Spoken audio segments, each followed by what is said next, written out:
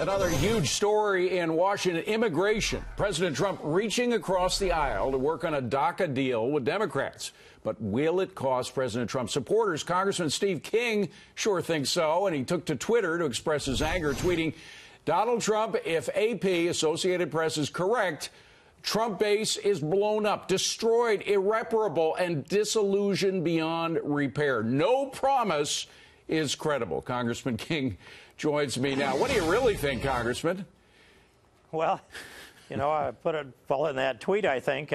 But it is, when you hear something like that, and it was an AP story that came out right after that dinner engagement at the White House with Chuck and Nancy, as the president refers to them, and their report was that they had reached a deal on DACA, and it implied that the president had accepted DACA, and there wouldn't be any wall. But hold on a second, because so there's one, there is, and of course he's committed himself to the wall in comments after that.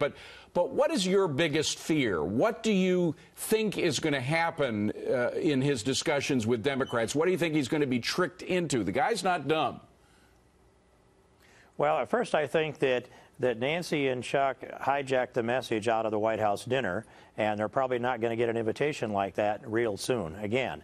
But I do think what is going on here is the president has served up DACA, even though he had a campaign promise to end it. We thought that would happen January 20th, and it was a disappointment to us to find out that he was issuing Congressman, I hate to interrupt you, but I went back and looked at the record.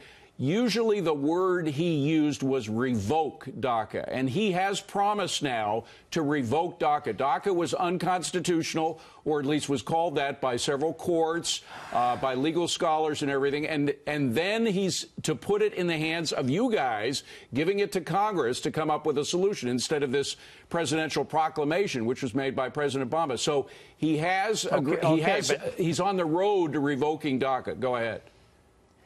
But, David, were the voters, did they really see through that and find that loophole in that word? I'll revoke it, but I'm going to throw it to Congress. I mean, what he's really done is, as I said, it's kind of Solomon-esque. He said, we're going to throw the baby to Congress, and now you fight over it for 6 months, and if you don't come back with a satisfactory solution, hold on a second, Congressman, because then I might do something different. There were 10 attorneys generals who were suing the federal government because of DACA, Texas and a bunch of other states. They ended that lawsuit because their primary concern was getting rid of the presidential edict, if you will, on DACA, which this president has committed himself to revoking. So he has followed through on the revoking principle. He's going to leave it up to you guys, and it is your responsibility as Congress to decide issues like this, is it not?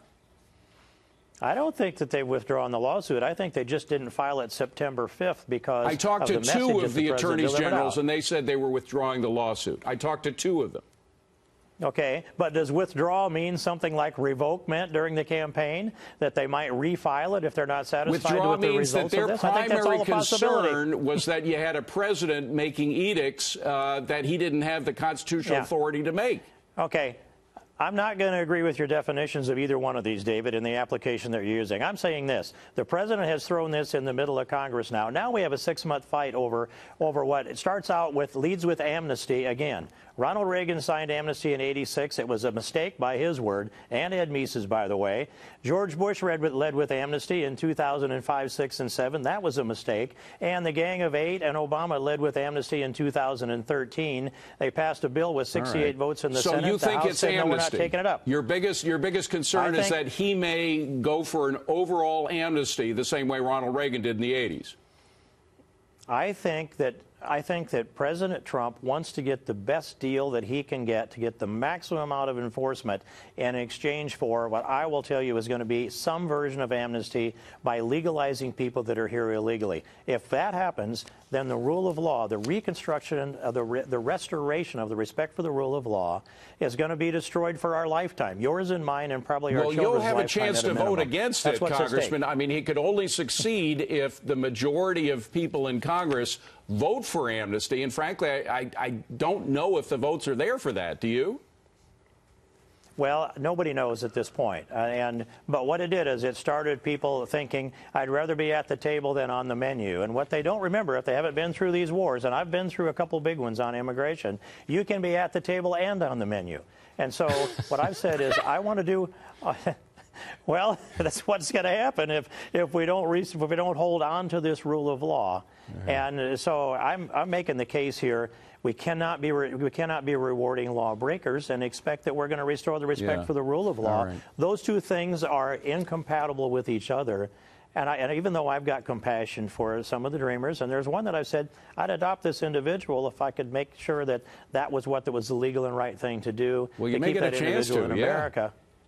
You may I get a love chance the to, rule but of again, law. it's now in the hands of Congress, or at least that's what the president says. We'll see what happens. But, Congressman, we appreciate your Iowan stubbornness. Yes. If it wasn't for stubborn people like you, we really wouldn't be able to hold the line on anything. So we thank you for staying with us. I appreciate you being here. I'm just going to accept that definition on the way out here, David, and look forward for another conversation next time. All right. Absolutely. We love having you on, Steve. Thank you. Thank you very much.